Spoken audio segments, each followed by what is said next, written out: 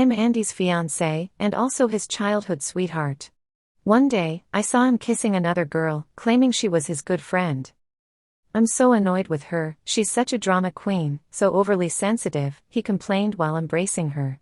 His good friend chuckled, saying, she's only sensitive because you spoil her.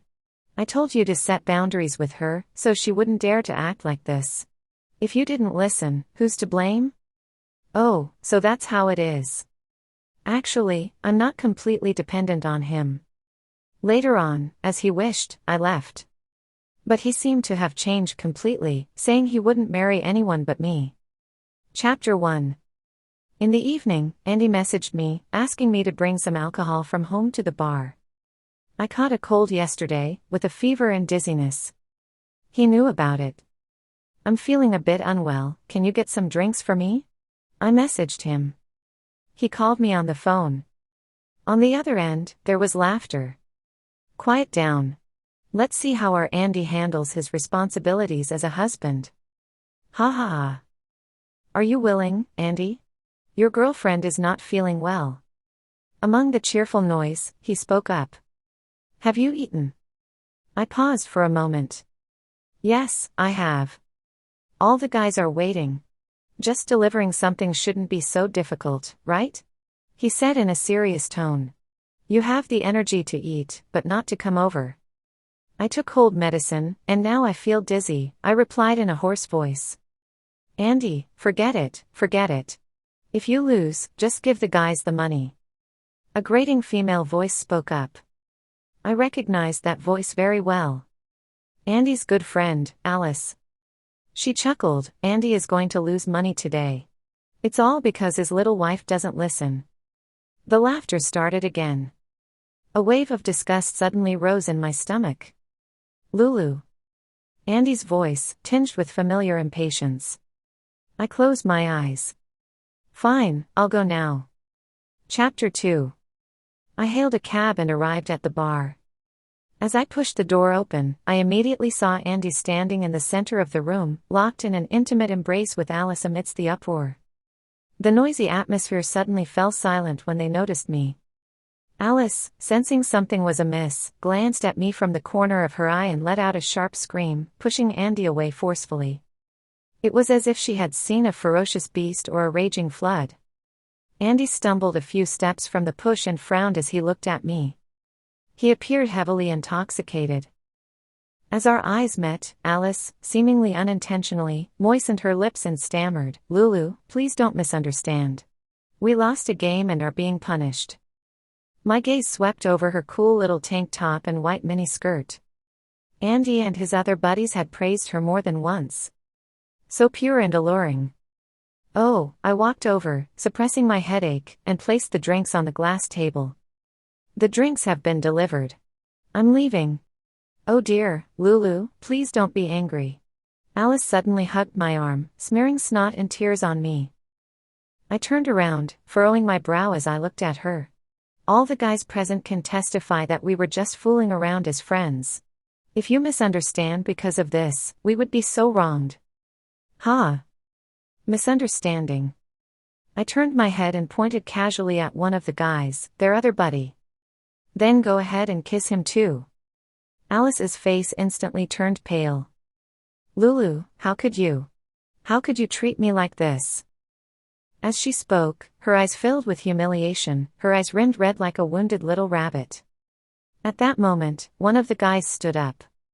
Lulu, we were just joking around, don't be too hard on Andy. Alice is just a girl, let's not make things too difficult for her. That's right. Just joking around. Hey hey. I turned my head and looked at everyone. Difficult? So you all know what it means to be in a difficult situation?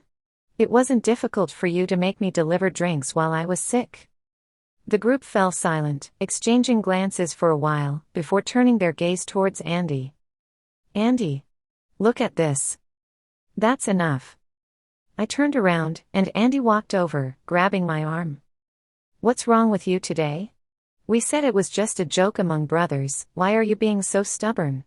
You've ruined the good atmosphere. Alice is just a girl, do you have to deliberately embarrass her like this? A girl. His good buddy had turned back into a girl in this moment. Sorry, Lulu, it's my fault. Alice was now crying, tears streaming down her face. If I knew you two would argue, I wouldn't have insisted on drinking this alcohol. Oh. So it was Alice who wanted to drink this alcohol. My previous speculation was confirmed, and a wave of exhaustion surged from all sides of my body. At this moment, I just wanted to leave this absurd and ridiculous place immediately. I shook off Andy's hand and turned around to leave. Oh, Lulu, please don't be angry. Alice came over again to pull me, but I pushed her away. Ouch. She stumbled and fell weakly into Andy's arms. Andy's anger seemed to ignite from this fall, burning fiercely. Lulu. Stop, he shouted from behind me. I turned around and saw him supporting the aggrieved Alice, his face dark and bruised. Apologize to Alice. I stopped in my tracks and calmly looked at his angry face. This face had once shown various expressions towards me. Worry, affection, pity, helplessness. But now, it glared at me angrily for the sake of his buddies. If you don't apologize today, we're done, he continued. At this moment, all of his good buddies in the private room had expressions of enjoying the show, watching the three of us. I felt like a monkey in a circus. Fine, I took a step forward. What? Andy frowned. Oh, Andy, look at you. Alice glanced at me, then affectionately patted Andy, her eyes even redder. Why are you doing this? Don't make things difficult for your girlfriend. What did you say? Andy asked again. I said, fine, I calmly looked at him. I agree, let's call it quits. Chapter 3. Perhaps because I was still a little dizzy, I realized that my house key wasn't in my pocket when I sat in the taxi. It must have fallen in the hallway of the bar. I had no choice but to go back and look for it. Luckily, the bartender found it. As he handed me the key, the door of Andy's private room suddenly opened. Alice was supporting the drunken Andy, complaining as they walked towards the restroom. Oh, come on, why are you so mad at your girlfriend? You should take care of yourself too. You don't even care about yourself, let alone someone else. Andy smiled foolishly and cupped her face. Tell me, why isn't she as sensible as you? She gave me a face just for delivering a drink, and even wanted to break up. Alice let out a sigh. Well, your girlfriend is indeed a bit unreasonable. You've been so good to her, other girls would be so envious. But, she must have said it in anger. How could she bear to break up with a rich second generation like you? Every time, she comes back crying, doesn't she? Rich second generation, money.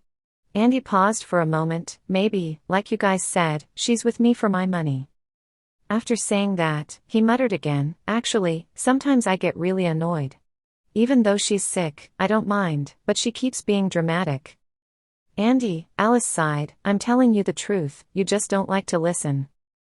Your girlfriend is only dramatic because you spoil her. We've all told you to set some boundaries for her, so she won't dare to act like this anymore. Who else can you blame? And stop thinking about whether or not your girlfriend is after your money.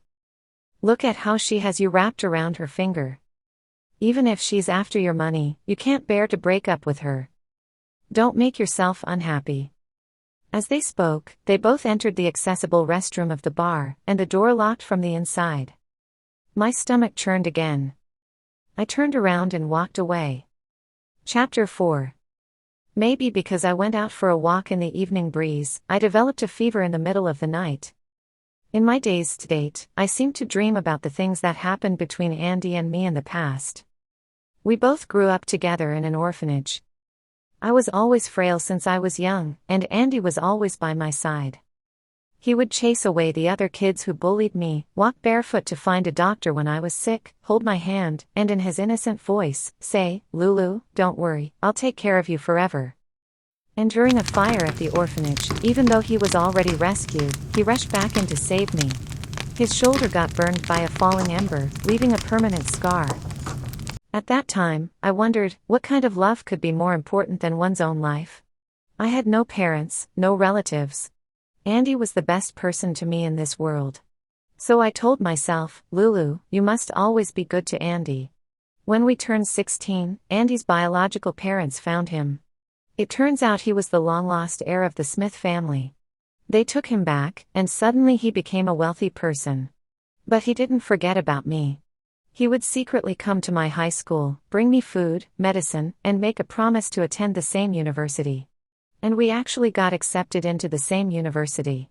We were the most envied couple in college, and Alice also appeared in our lives during this time, along with a group of good friends.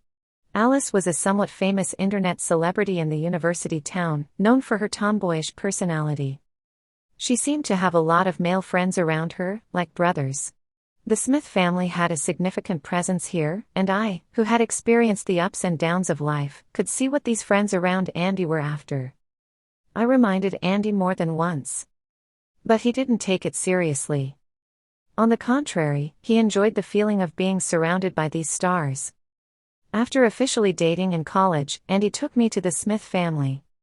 He kneeled down in front of his parents and said he would only marry me in this lifetime. Andy's birth mother had a kind face. She doted on Andy, but was extremely harsh towards me. In her eyes, I, an unknown orphan, didn't meet the standards of the Smith family. When his parents disagreed, Andy stood outside the villa in the rain, getting soaked the whole night. The next day, he was hospitalized with pneumonia and a high fever of 40 degrees. I felt sorry for Andy. In order to prevent him from being caught in the middle between me and his parents, I tried my best to make his mother happy. I endured her deliberate troubles, accepted her constant criticism, and was always mindful of my words and actions, so that no one could find fault with me. Over time, she reluctantly accepted me, but every weekend, she would still call me to the Smith family for her so-called wife counseling. On that day, all the servants at the Smith family had a day off, and I had to serve Andy's mother and all her friends alone. I poured tea, washed dishes, and held an umbrella. You know, it's because you lack exercise that you're always feeling sick. Andy's mother would watch me, sweating and panting, while fiddling with her newly done nails. Just do more chores, and you'll be fine. Her friends would scrutinize me with their eyes, saying, "She looks weak. Can she even bear children? Mrs. Smith, you should take her for a checkup. It's pointless if she doesn't have a good family background and can't bear children. It's a loss," they would say. In the Smith household, I felt like a commodity, always being scrutinized, directed, and commented on by these high and mighty gazes. I didn't tell Andy about all this. I pitied him for the hardships he faced after taking over the company and didn't want him to worry about me and his family's relationship. And these things weren't really that important. As long as Andy loved me, protected me, and stood by my side unwaveringly, these grievances meant nothing. After graduating from college, I had received a decent job offer. But the Smith family wouldn't allow me to take it. That time, Andy and I had a big fight. He said I was too stubborn. "Don't you know how your own body is?" He got really angry. "I just don't understand. My family allowed you to graduate to be a Smith wife, what are you dissatisfied with? Lulu, why are you always so selfish? Do you know how much effort I've put in to make my family accept you? Why can't you understand and empathize with me a little?" As he spoke, he started crying. "I risked my life that year to save you, can't you compromise a little for me?" So, I compromised again. Because he had saved my life, because he had been so good to me, because he was the only light in my life. Whenever I thought of the past him who would do anything for me, disregarding all obstacles, even his life, whenever I saw the scar on his shoulder from saving me, no matter how fierce our arguments were, I would find a reason to reconcile with him. I didn't ask for anything else, I just hoped that we could be together for a long, long time. And it wasn't until today that I finally understood. He thought I didn't leave him because I couldn't bear to part with his money. He was annoyed with me. Today's deliberate test wasn't the first time it had happened. And perhaps the reason I went to deliver the alcohol was to give my heart its final death, to suppress that last straw. In my dream, tears kept flowing uncontrollably. The sunny young boy from my memories seemed to be standing behind me, waving his hand and shouting happily, "Lulu, wait for me. Let's go together." But I no longer wanted to walk with him. I was too tired. Letting the tears flow incessantly, I took step after step forward. Until I reached the end of the sunset, when I turned back. That figure from my memories had already been washed away by tears, disappeared without a trace. There was no longer any evidence of its existence. Chapter 5. The next day, when I woke up, my fever had subsided. Although my body felt tired, I still opened my suitcase and began packing my belongings.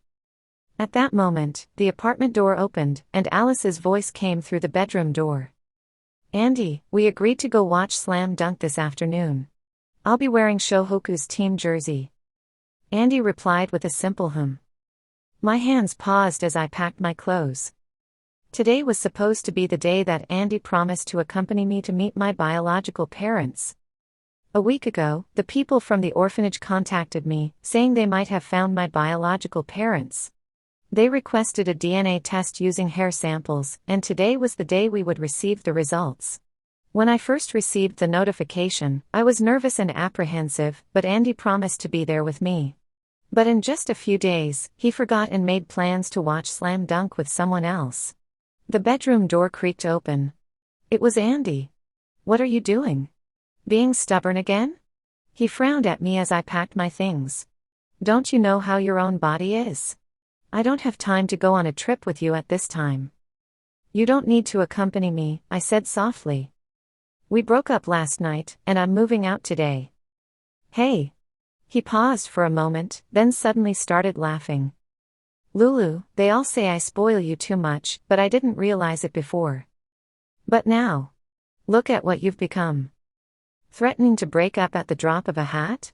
Are you so sure I can't live without you?" He squatted down, disgustingly pulling my hands away from packing.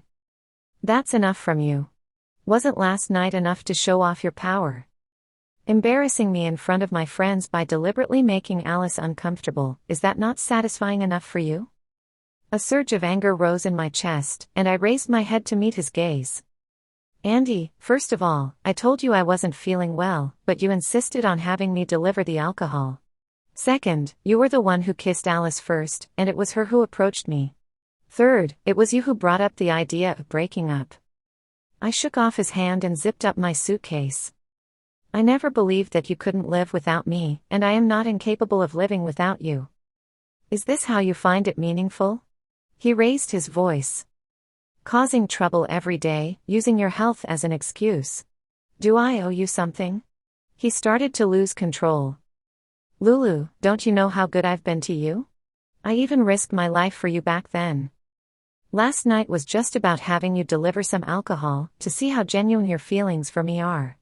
And now I've found out." He grabbed my arm tightly. "Do you know what my brothers say about you behind your back?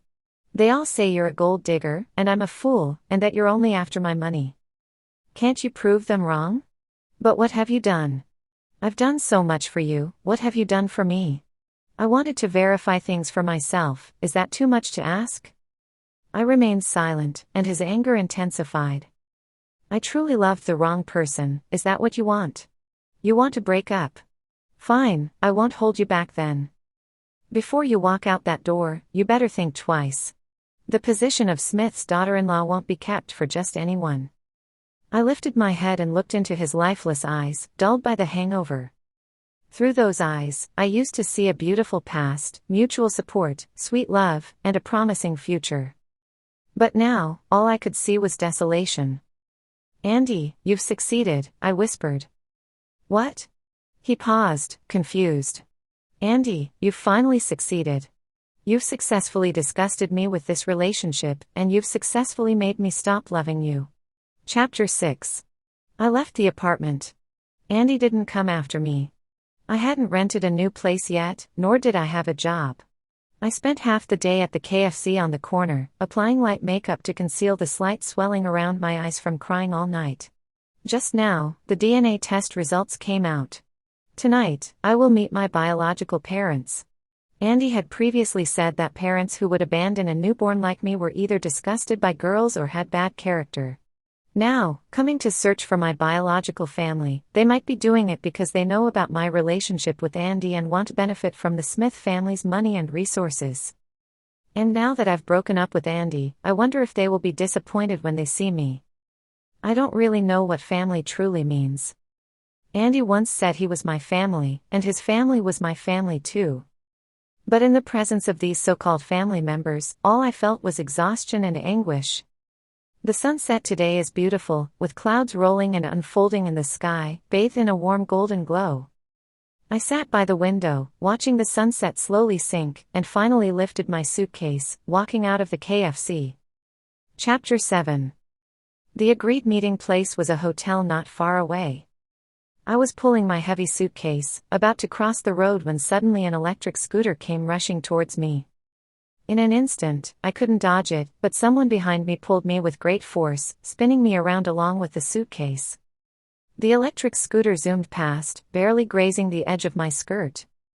"Are you all right?" The voice of my rescuer echoed above my head. It was a pleasant and magnetic male voice. I shook my head and quickly thanked him. "It's nothing. This place is full of electric scooters, so you have to be careful whether you're walking or driving," he chuckled, but his laughter froze as he caught a clear view of my face. "You? Could it be Lulu?"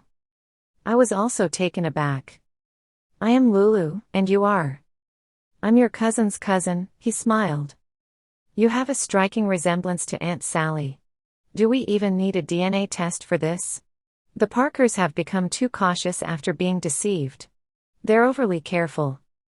But there have indeed been quite a few fraudsters who had undergone plastic surgery coming to search for their relatives before. It couldn't be helped," he sighed. "Let's go," he enthusiastically grabbed my suitcase. "The Parkers have too many prying eyes, so meeting at a hotel under the Joneses' name today is for your protection. I've cleared the people, so don't worry." "You mentioned the Parkers. The Jones?" He paused for a moment, then exclaimed, "Ah. Forget it, you don't know yet," he smiled. "You are the only daughter of the Parker Group's second son?" "I'm Ethan from the Jones Group. My sister married your cousin, so our families are in-laws." Chapter 8. The Parkers, the Jones.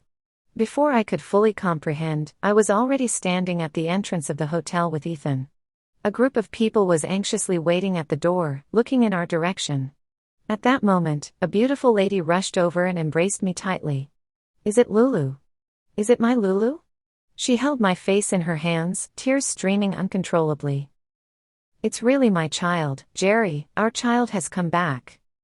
A tall and well-built man walked over, his eyes also red. "Yes, our child has returned." I looked at the face in front of me, resembling mine by about 70%, and my eyes couldn't help but well up with tears. "Uncle Jerry, Aunt Sally, let's go inside first," Ethan whispered beside us. Until we entered the VIP lounge, my biological mother held my hand tightly the entire time. I could feel her hand trembling slightly. Today, the director of the orphanage and the police were also present. They shared the process of finding me. It turned out that after Sally gave birth to me, she had hired a nanny named Linda. Sally fell ill for a period of time after giving birth to me, and Linda, taking advantage of Sally's poor health, actually tried to seduce my biological father, Jerry, thinking she had some charm. Jerry didn't fall for it, and Linda, feeling humiliated, sneaked back after being fired and took me away. At that time, technology was not as advanced as it is now, and even though the Parkers were wealthy, they searched for a long time but couldn't find Linda. It wasn't until 6 months later that the police found Linda's clothes, shoes, and socks for the baby on an undeveloped beach, along with a farewell letter she left behind. In the letter, she said that since she couldn't have Jerry, she wanted to make sure he would never forget her. So she took her child and died together. The police later found Linda's body in the sea, but they never found me.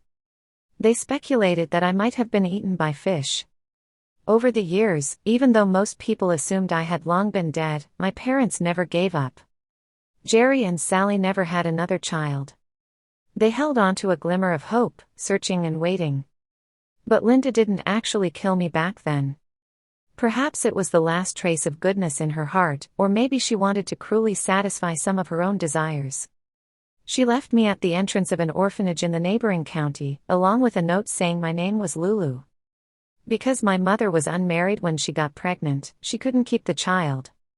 Turner was her surname. Later, that orphanage caught fire, and all of us children were transferred to an orphanage in a coastal city called Sea City. But because my background was documented, and my birth mother had the surname Turner, no one ever thought that I could be the daughter of the Parker family, the young miss who had supposedly died shortly after birth. For so many years, my biological parents and I lived in the same city, yet we never saw each other. Until recently, during a charity event organized by the Jones family, Ethan, the CEO, was chatting with the former director of my previous orphanage and mentioned the big fire from years ago. The director dug out a group photo of the children from back then, and Ethan noticed that I looked just like a younger version of Sally when she was a child star. He had his doubts and shared this information with the Parker family. After experiencing numerous imposters claiming to be their long-lost child and even people bribing hospitals to forge DNA reports just to inherit Jerry and Sally's immense fortune, the Parker family had become wary of any potential reunions. So, this time, they were as anxious as I was but dared not have any expectations. Despite their eagerness to see me, they held back until now, fearing that the greater the hope, the greater the disappointment. Chapter 9. That evening, I returned home with my parents. Uncle and cousin's family were also there.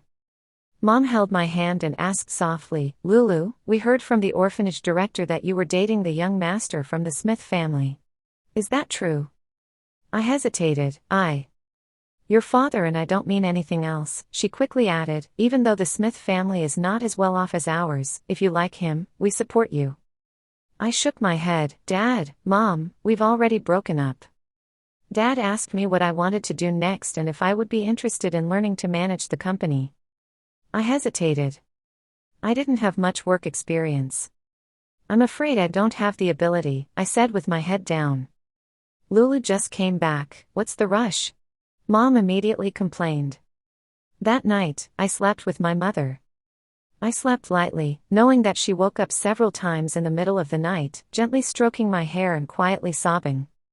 And the next morning, Dad personally made breakfast for me, watching me eat with red eyes, carefully asking if it suited my taste. In these few days since I returned home, I felt a sense of family and love that I had never experienced before. They were all trying their best to make up for me, but I knew that they had probably suffered more than me over these years. A few days later, cousin David found me, and Ethan was there too. David said that my dad's health hadn't been good in recent years. The mental torment of searching for me for many years and the pressure of work were like two mountains weighing on him, and the doctor had long recommended that he retire and rest. In fact, I had already noticed from his grained temples that although he was 5 years younger than Uncle, he looked much older. "Lulu, the Parker family now has 2 major business sectors, one with me and the other with your second uncle. Eventually, your second uncle's part will be handed over to you." David asked me, "Are you willing to learn?" I lowered my head, thought for a long time, and finally nodded. "I'm willing to give it a try." David breathed a sigh of relief, and Ethan, who had been silent, suddenly spoke up. "I think it's not a good idea to put her directly into the Parker family." David looked up. "Why not?" "The Parkers are astute. She looks so much like Aunt Sally. Do you think people can't guess her identity? Gossip is one aspect, but on the other hand, such work relationships and personal relationships are not conducive to her learning." David furrowed his brow. "You make a valid point, then. Helping someone to the end is like sending Buddha to the West." Ethan smiled. He walked over. "How about going to my place if you really want to learn about company management?" "Me, ah." He winked. "The Jones family is no smaller than the Parker family." Chapter 10. So, after obtaining my parents' consent, I started working at Jones & Company. Wasn't I supposed to go to the business department? On my first day of work, I stood in Ethan's spacious office, staring blankly at my temporary ID card. It boldly stated Office of the CEO. "Why go to the business department to learn?" Ethan said as he signed some documents. "What you need to learn is how to manage a company," he explained. "So what does that mean?" "Of course, you have to learn from the best teacher." "The best teacher? Who?" I was a bit puzzled. He lifted his head from a pile of documents and grinned at me. "Of course, it's me." Chapter 11. Ethan seemed like a playboy at first glance. He had a passion for cars, collecting various luxury vehicles. He even built a garage at his own house specifically for this purpose, and he had participated in racing competitions. He also loved sports, playing basketball for at least an hour every evening at the company's basketball court. His consistent exercise routine gave him a great physique, broad shoulders, narrow waist, and long, slender legs. I heard that many female employees willingly stayed overtime just to watch him play basketball. But as you spend more time with him, you'll realize that these are just superficial aspects. He is an incredibly talented manager. After becoming his assistant, I followed him in negotiations, meetings, and client meetings. He appeared casual, but he always managed to pinpoint the weaknesses of the other party amidst the cheerful atmosphere. He seemed indifferent to many things, yet he always had control over the big picture, effortlessly navigating through it. Unlike my serious cousin David, he rarely worked overtime. Apart from regular business dinners, he hardly drank alcohol or smoked. After intense negotiations, he would take the time to review the entire process with me, simulate different scenarios, and let me come up with my own solutions. He would also ask me to write meeting agendas before our meetings and point out the key points. His observation skills were sharp, and whenever he noticed me feeling tired, he would tell me to go rest. At first, I said I could endure it. No need. Why insist when you're tired? He smiled. A philosopher once said that rest is for walking a longer path. Who said that? I widened my eyes. He blinked and said, I forgot his name, but I think what he said makes sense. Being around Ethan was relaxed and comfortable, with subtle guidance and enlightenment hidden within. He never pressured anyone but was skilled at guiding them. The constant tension and stress in my heart seemed to ease and relax under his influence. Being with him, I truly learned a lot and grew quickly. But at the same time, his brilliance made me doubt myself. Can I really do it? Can I truly achieve that level? Soon, a month passed by in the midst of busyness. On this day at noon, unexpectedly, I ran into Andy and Alice at the Jones & Company shopping mall. Ethan's birthday was next week, and I wanted to pick a birthday gift for him as a token of my gratitude for his help. But the truth is, he doesn't lack anything, even this mall belongs to him. After searching and considering, I finally chose to make a handmade red prayer rope. In the end, it's the thought that counts. While passing by a few luxury brand counters, I suddenly heard Alice's voice. You should buy this perfume for Auntie, she'll definitely love it. Since it was lunchtime and there were few people in the mall, the sound of high heels clicking on the floor was quite noticeable. When I turned around, both of them, standing next to the counter, saw me at the same time. Andy seemed a bit lethargic, but there was a glimmer in his eyes when he saw me. Lulu. Alice glanced at Andy, then looked at the bag I was carrying and immediately walked over with a smile. Lulu, are you also here to buy a birthday gift for Auntie? She exclaimed. This gift, trust me, this won't do. Buy something more upscale, something Auntie will like. Andy's chin lifted slightly upon hearing Alice's words. Where have you been for the past month? He furrowed his brow. Don't think I'll forgive you just because you made a rope. As he spoke, his gaze fell on my name tag. What's this? Huh? CEO's office? My temporary name tag had no name on it. Alice read the few words on my name tag word by word, covering her mouth as she laughed. Lulu, why did you come to work as a receptionist at Jones & Company? Temporary worker? Andy's brow furrowed even more. Where I work is none of your concern, I said calmly, turning to leave. Lulu, you're not being fair. Alice stepped forward and held on to me, looking up at Andy with a pained expression. You shouldn't ignore Andy like this. At that moment, Andy spoke up. Alice, wait for me over there. Alice paused for a moment, reluctantly walking to a distance. Andy approached, snatching the gift box from my hand. Why work as a receptionist? Are you trying to embarrass our family? He angrily questioned. Stop playing around. Move back and quickly. And it's been so long since you last went home, Mom is angry. Mom has asked me several times, saying you don't answer calls or go back. I told her you haven't been feeling well lately, so she didn't say much more. Do you have to make a scene before you'll be satisfied? What are you going to do if Mom won't let you back in? Do you think she'll forgive you just because you made this cheap red rope? Andy, I snatched the box back, interrupting him coldly. We broke up, how many times do I have to say it? The red rope is for someone else, it has nothing to do with your mother. But he still held onto my hand. Why are you being so stubborn? What a coincidence, right? Let go of me. Lulu. I turned around, and there was Ethan walking over with another assistant. Andy saw Ethan and froze for a moment. You're from Jones. Mr. Jones? Ethan turned his head, looking at him indifferently. You are. I'm Andy from Smith. My parents have contacted you before, they wanted to collaborate with Jones in daily necessities, become your company's distributor. Our bidding for this year has already ended, Ethan smiled politely. If your company is interested, you can bid again next year. Ethan, please reconsider our company. Andy looked flustered. My parents know you like cars, they want to invite you. Andy, my personal preferences have nothing to do with company decisions, Ethan interrupted him. Ethan, the receptionist at your company, Lulu, is Andy's girlfriend. Alice, who knows when she came over, suddenly shouted. Everyone was stunned. Andy looked at Alice in confusion, while Alice approached with a smile.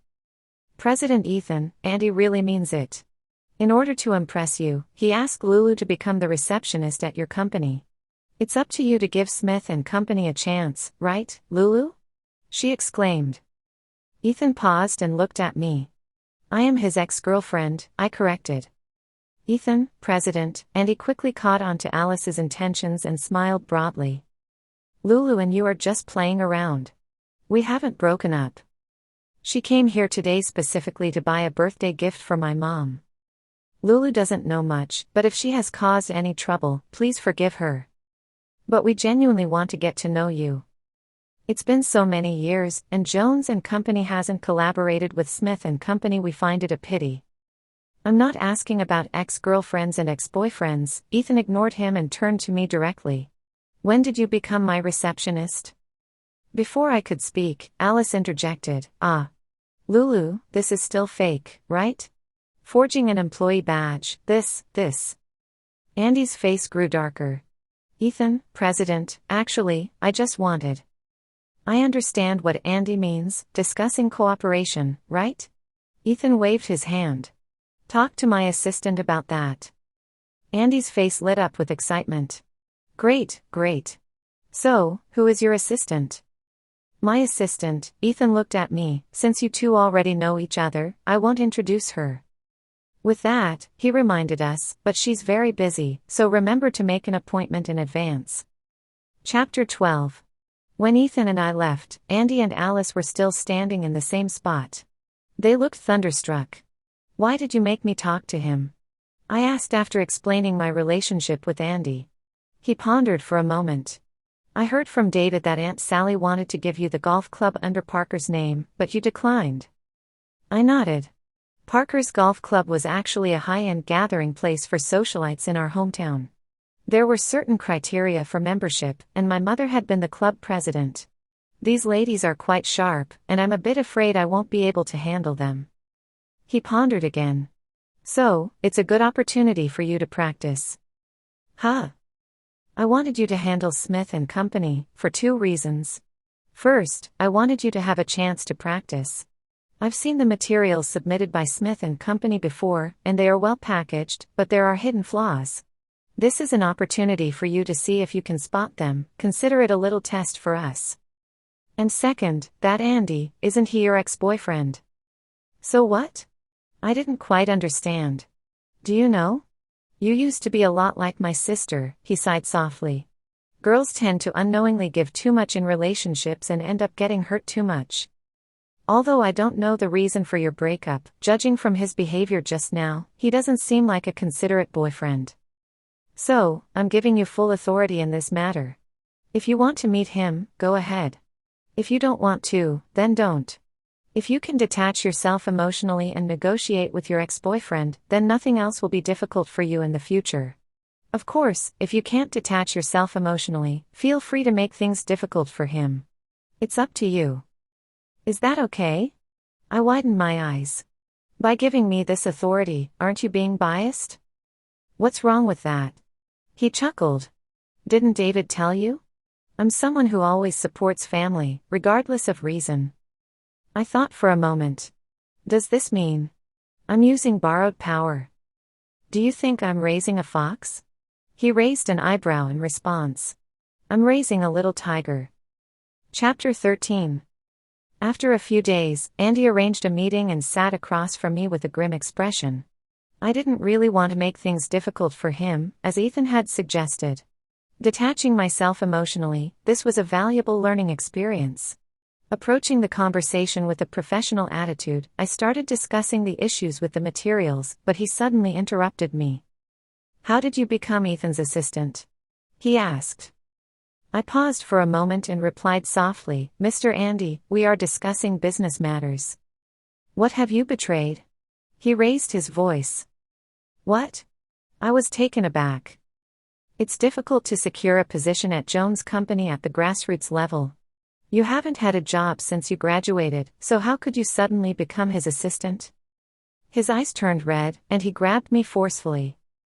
I saved you so desperately back then, protected you and loved you all these years, only for you to warm another man's bed? Let go, I frowned.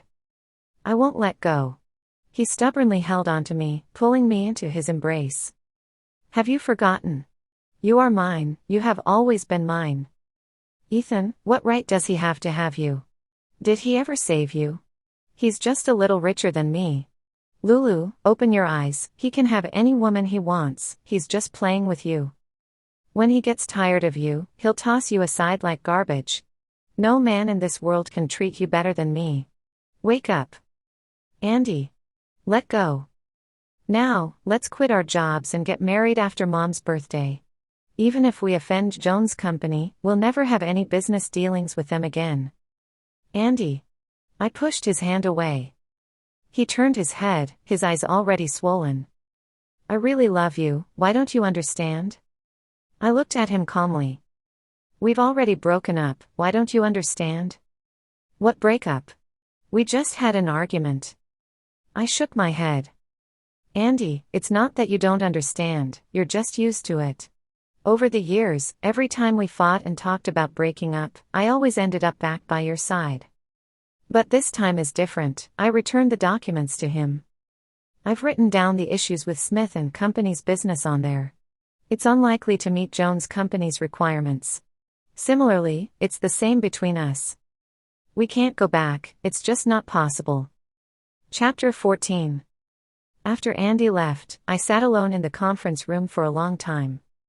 The words "can't go back" spoken out loud had a devastating impact on myself, no less than on him.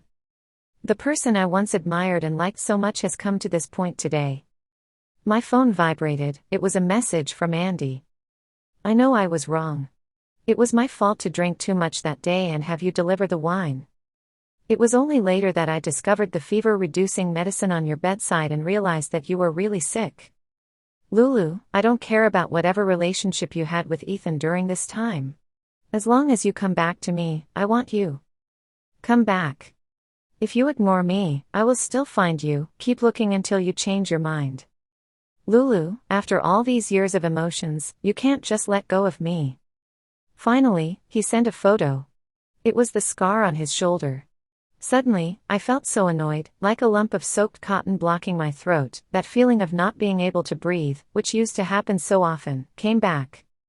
I added Andy to my blacklist.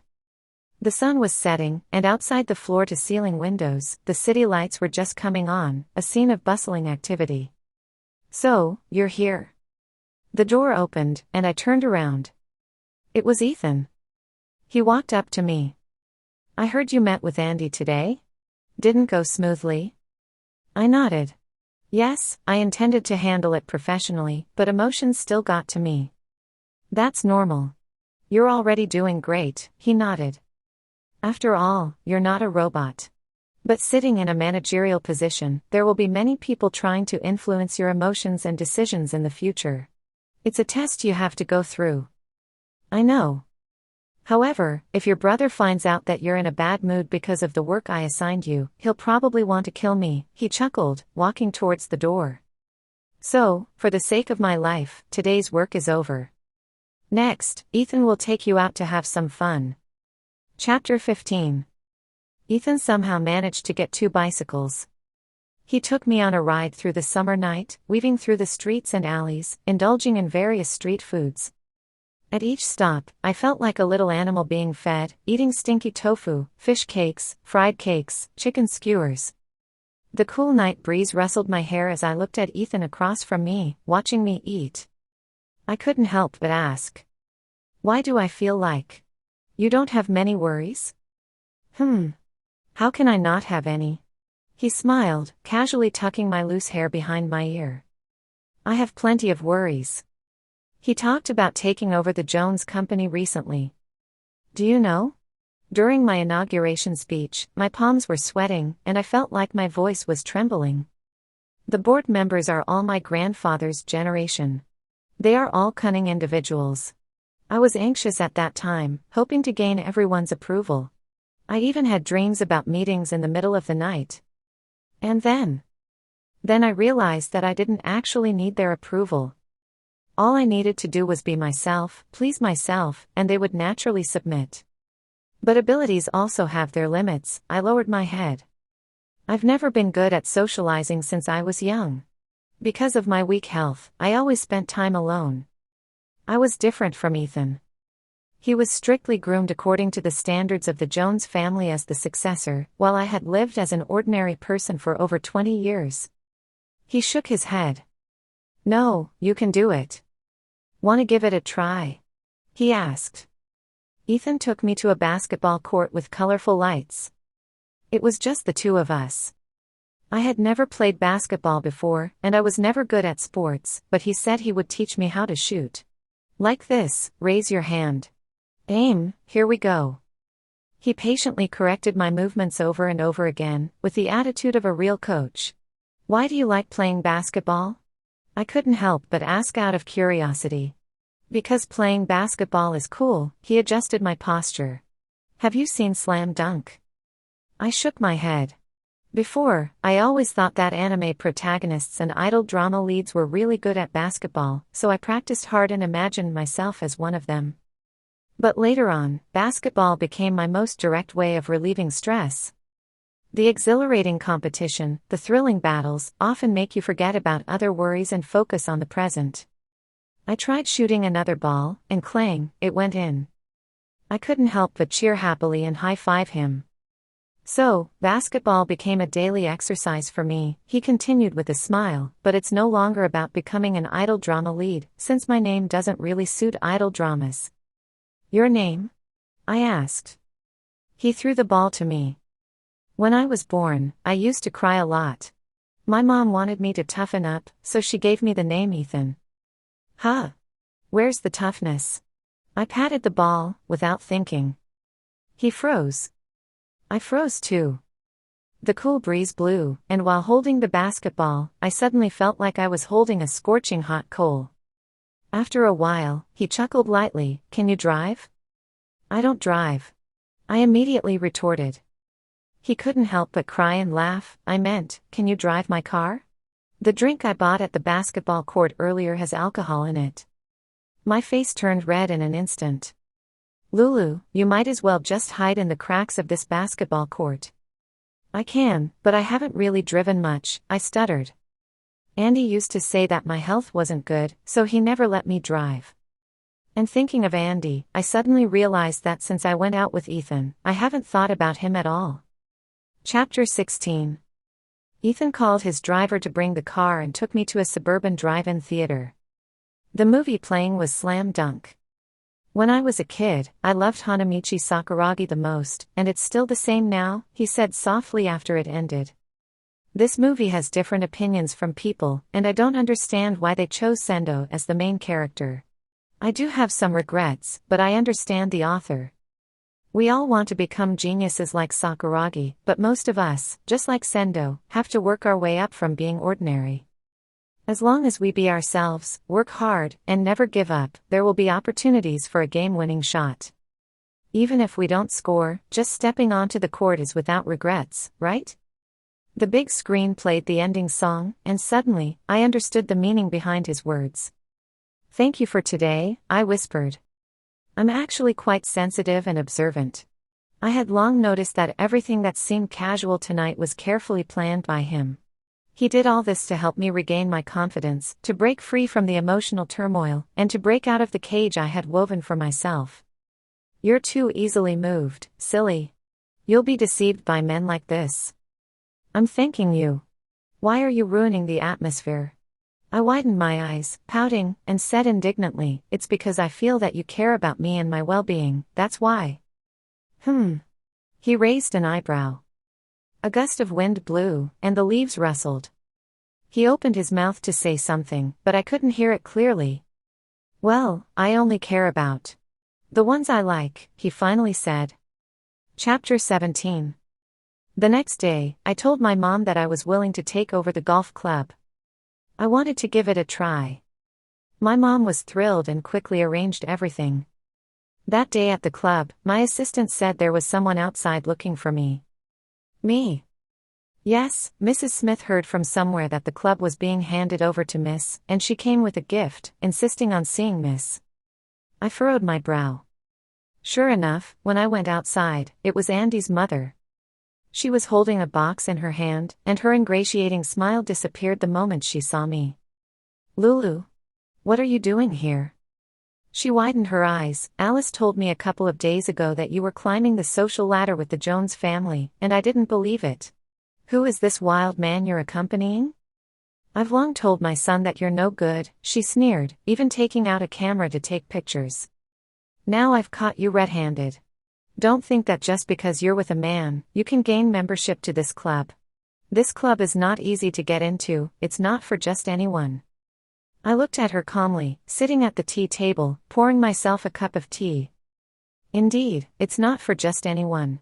Otherwise, Mrs. Smith, you wouldn't have submitted 10 applications and none of them were approved." "What did you say?"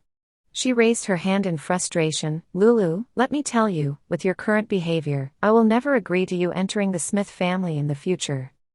"Entering the Smith family?" I sipped my tea leisurely. "Mrs. Smith, maybe you should think about why you can't enter the doors of this club." "You." Just then, the assistant came over with Andy's mother's application materials. "Oh, it's Assistant Zhao." Andy's mother immediately put on a smile. "Has Miss Parker not come out yet?" The assistant looked at me, then at Andy's mother. "Isn't this Miss Parker right here?" "What?" Her smile froze on her face.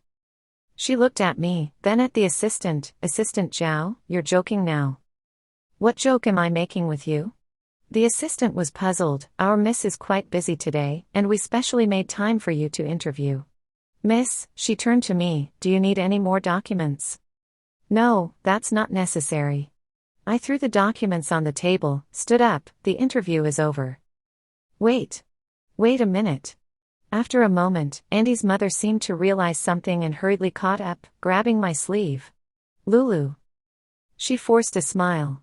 "Look at this misunderstanding. It turns out we're all family." I pulled my hand out of her grip. "Mrs. Smith, have you forgotten what you just said? You categorically refused to let me enter the Smith family." "Oh, what are you saying? We've been together for so long, I already consider you my own daughter." "I'm sorry." A cold voice came from behind, "But my daughter has no intention of acknowledging you as her mother." I turned around. "Mom." My mom elegantly walked over, but there was a chill in the air around her. "Mrs. Smith, right? The mother of my daughter's ex-boyfriend, who made my daughter go to your house every week to serve tea and water. That's you, isn't it?" Andy's mother froze. "It's a misunderstanding, all a misunderstanding. I treated Lulu as my daughter-in-law. My daughter from the Parker family will not serve tea and water in anyone's house, no matter who she marries." My mom, who was already taller than Andy's mother, looked down at her like a queen. Of course, if this is a tradition in the Smith family and Mrs. Smith is willing to come to the club every day to hold an umbrella and serve tea, I might consider granting you a lower-tier membership based on your performance. Andy's mother stuttered and finally fled with the gift in hand. Check if any of the ladies she hangs out with have memberships at our club. If they do, cancel them all. After instructing this, my mom turned to tightly embrace me. Lulu, it's all Mom's fault. If only I had found you a few years earlier, you wouldn't have suffered. I shook my head and hugged her tightly as well. In reality, I had already obtained the most precious thing in the world. After all, what could be more valuable than having family who unconditionally stands behind you at all times? Those distant people and things no longer mattered. I only hoped to grow up quickly and become their pillar of support in the future. Chapter 18. Because of the busy golf club matters, I haven't been to Jones's for 2 weeks. After having lunch with my mom, I went to Jones's. When I arrived, I noticed that everyone in the president's office was whispering. You don't know yet, Lulu, Aunt Lou whispered to me, we're all talking about that temp worker. A while ago, we needed someone to organize the files. So we hired a few temp workers from an outsourcing company. One of the female workers is something else. Whenever she has free time, she runs to the president's office, dressed so provocatively, making those drivers go crazy. And that's not all. This woman constantly approaches President Ethan, carrying coffee to his office, as if Ethan really falls for her tricks. Aunt Lou clicked her tongue. She probably thought that since President Ethan doesn't have a girlfriend, his taste must be different. Looks like she can't resist either. Just then, the door to the president's office opened. Aunt Lou gestured for me to be quiet and nodded in that direction. Ethan walked out first, followed by a blushing Alice. When Ethan saw me, he waved. Lulu, perfect timing. Let's go have dinner with the clients. I hesitated for a moment, then walked up. Alice glanced at me and quickly took a few steps forward, securing her place next to Ethan. Silence filled the air as we made our way, only accompanied by the cheerful sound of Alice's high heels. Once we arrived at the private room of the restaurant, Alice confidently took the seat next to Ethan and sweetly said, President Ethan, can we order some king crab later? Ethan smiled. We'll order the main dishes when the guests arrive. Just then, the door opened, and both Alice and I froze. It was Andy. Alice? Andy looked equally surprised. What are you doing here? Alice paused, but Ethan interrupted her. Let's start with the food. Suddenly, the TV in the private room turned on. The screen showed Ethan's office, with Alice attentively placing a cup of coffee in front of him. Aren't you friends with President Andy? I'm actually not that close to President Andy. He was pursuing me, but I didn't accept. After all, Lulu and him are a couple, and I don't do third-party involvements. Plus, I don't like him. Ethan, to be honest, I don't really approve of Andy's character. The way he clung to you in the mall last time was really embarrassing. Smith still has some core technology. Didn't they recently apply for a patent for a confidential technology? Ethan said calmly. Ethan, actually, if you're interested in that technology from Smith, I can help you. The screen went blank at this point. Ethan threw a sealed envelope onto the table across from him. I haven't opened this envelope, so I don't know if it's real or not. The truth is, Shushi could easily do this technology, but our aspirations lie elsewhere, and we're not interested. He touched the red string I had given him and calmly said, If Alice was intentionally sent to me by President Andy, then I admire President Andy's cunning. However, President Andy probably doesn't know me well. I'm not particularly interested in this kind of beauty. If Alice wasn't sent by President Andy, then I also admire President Andy's courage. He can give away something that he relies on for his livelihood so easily. I can't do that, neither can I compare. Andy tightly held onto the envelope and finally managed to speak after a while. I didn't send her to Jones's, and today I thank President Ethan for returning the envelope. No need for thanks, let's consider it a debt of gratitude. You, as the president, how could you do something like recording a video? Alice's voice trembled. Ethan smiled. What? You don't even know what kind of person I am or what equipment is in my office, yet you dare come and talk to me? Besides, my mother taught me from a young age to never drink anything brought by strangers. He turned to Andy with a half-smile. Okay, everything that needed to be said has been said, President Andy. How you and your brother handle things afterward is none of my concern, but take this advice, eat your fill and be cautious about making friends in the future. Alice's face stiffened as she turned towards Andy. I'm not. Shut up, Andy's voice slightly trembled with anger. Ethan stood up and pulled me along to leave. President Ethan, do you know that she deceived you?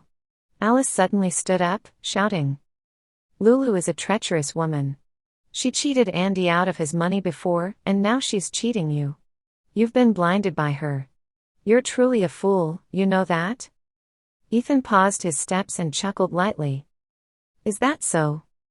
He turned around. If it's her, then I'm actually willing. Alice looked at him in disbelief, and at that moment, Andy's phone suddenly rang. Mom, can we talk about this later? What? You're saying Lulu's parents are who? He turned his head to look at me, his hand holding the phone slightly trembling. After hanging up the phone, he seemed to be in a daze. No, it can't be true.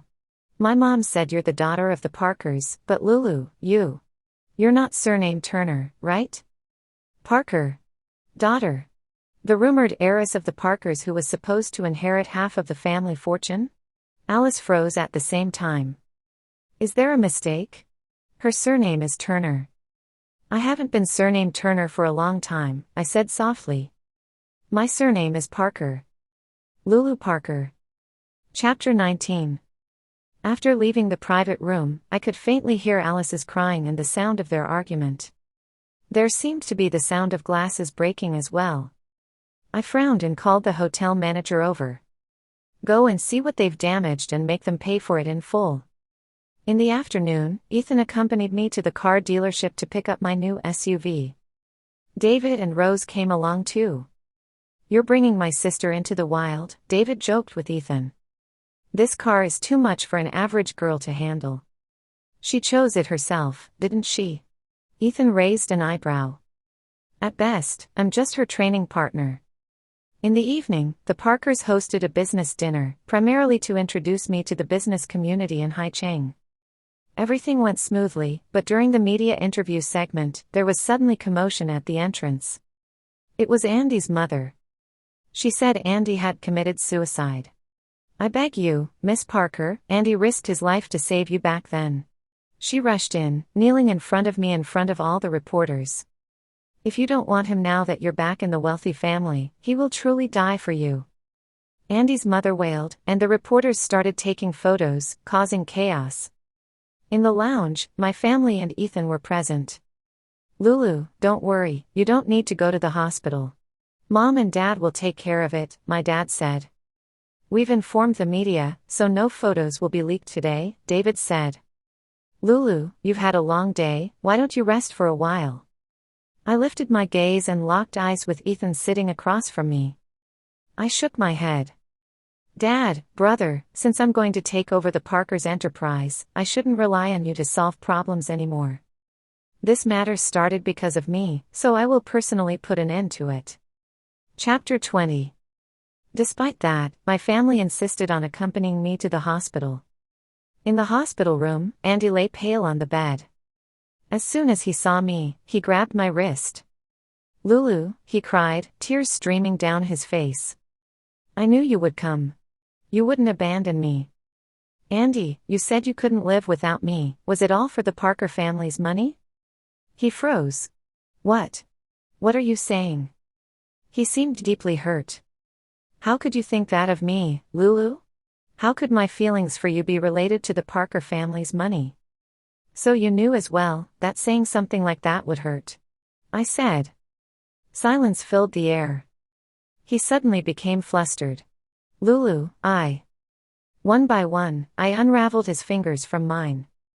Andy, I came here to make you understand that you and I are truly over. Do you know why I've often felt suffocated all these years? Why I couldn't catch my breath? He stared at me, dumbfounded. Because in this relationship, I always felt suffocated.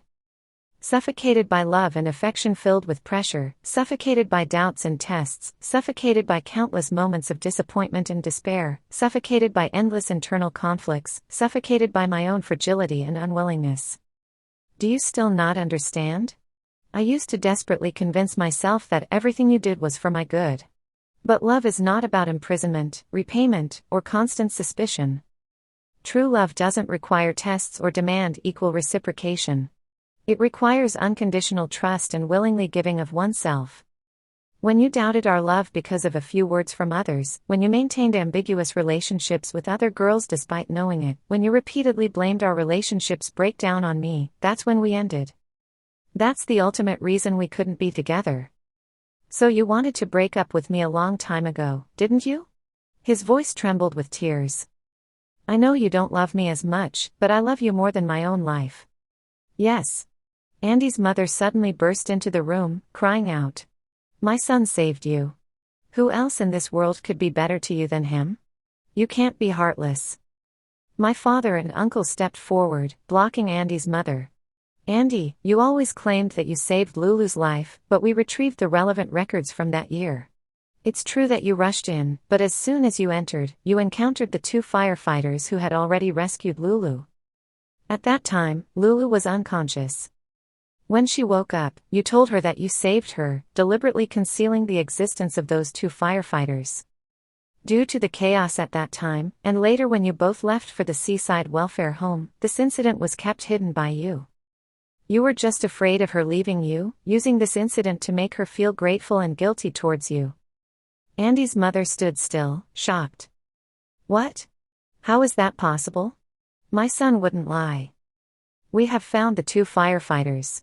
Do you want us to bring them here to talk to your son? My uncle said coldly. My father took a few steps forward and spoke in a deep voice. Today, my daughter didn't want me to come, but I came to tell the Smith family a few words. Lulu is my daughter. During all these years that she was away from home, I have prayed countless times, hoping that my daughter would meet someone who truly loves her. Andy, perhaps your desire to save Lulu's life back then was genuine. As a father, I appreciate that. But how your Smith family treated my daughter all these years, don't you have any self-awareness about that? Our Parker family values compassion and kindness towards others. Lulu inherited that. She understands gratitude, reason, and is sensible and kind. But that doesn't give you the right to deceive and mistreat her. If the Smith family really wants to discuss this matter, then let's sit down and thoroughly discuss the events of these years, one by one. How you have bullied my daughter, even preventing her from finding work. Do you really think we are unaware of it? No, that's not true. Andy's mother said with a tearful voice. She's not in good health, and Andy wanted her to rest at home and not work. Not in good health. David and Ethan entered the room. Since my sister came back home, her health has been perfectly fine. We also want to know how this relationship has been so torturous that it has caused her previously healthy body to have frequent issues. Ethan turned to face Andy. Andy, you've always been afraid to face the truth because you've always been a coward who's afraid. Afraid that even if you break her wings, you still won't be able to keep her, that you don't deserve her. But she was never a little bird that could be kept in a cage. How can a soaring eagle be confined by a cage? I didn't say anything and stepped forward. Andy, stop playing with your life. This is my last visit. The next time, whether you live or die, it will have nothing to do with me. Goodbye. I turned around and left. Andy's mother collapsed to the ground, murmuring how could this happen, while Andy, until we left, sat silently on the edge of the bed. Chapter 21. Afterward, I had my company's PR team suppress the gossip media's speculative reports about me and Andy, and I issued a statement. The Smith family persistently tried to contact the Parker family a few times, but my family and I ignored them. I was busy learning about the management of Parker's companies and also took on some small industries one after another. Just like breaking through a solid ice, seeing the vast ocean where I could freely swim, the first success is often accompanied by the second, third. I didn't try to please anyone, I just focused on being myself. Gradually, I saw genuine respect and recognition in the faces of my colleagues at the company. I didn't want to be a fragile princess in a greenhouse. What I wanted was to be a capable President Parker. So what if I had a different background? So what if I'm a girl? Nervously and excitedly, I accepted one challenge after another, striving to stand at even greater heights. I am grateful for my parents, who wholeheartedly love and support me, making me a better person that I had never imagined before. And of course, there's that person. That night, Ethan asked me to go to the basketball court with him. Now I can make 3-point shots. While resting on the side of the court, he somehow produced a bouquet of fiery red flowers. I've actually been wanting to tell you, he looked a little nervous. You know, your name and my sister's name actually go together quite well, Lulu and Rose. Combined, it becomes Lulu Rose. It sounds beautiful, like a family. Huh? He sighed. I knew this confession might be a little cliché, but it's also my first time confessing to a girl. I've been thinking about it for days. I stared at him, bewildered. Speaking of which, when your cousin deceived my sister into being with him all those years ago, I actually helped him in secret. At that time, I didn't really understand what it meant to be moved, and I couldn't understand why your cousin would wait for my sister for so long. Now, it's my turn, and I realize that being moved is not something you can control, so, you want to deceive my sister too? Both Ethan and I froze, following the sound of the voice. David and Rose also arrived at the side of the court. No, bro, I'm confessing. Can't you let me finish? Are you repaying kindness with resentment? Ethan said angrily.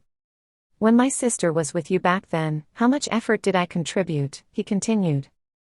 Yeah, David walked over. Thanks to you, Rose and I missed out on so many years before we got together. Damn, you really hold grudges. Anyway, I have to be responsible for my sister. David walked over. Let me talk to you first, bro.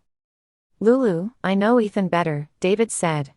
Although he may seem unreliable and unreasonable at times, he's actually a very protective and trustworthy person. Well, at least you're being somewhat fair.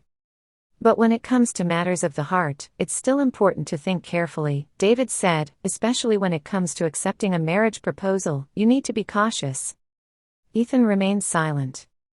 It's better not to agree too quickly, it's okay to make him wait a bit longer. David. Ethan raised his fist. But the next second, he turned to me, looking pitiful. Lulu, my stomach hurts. What?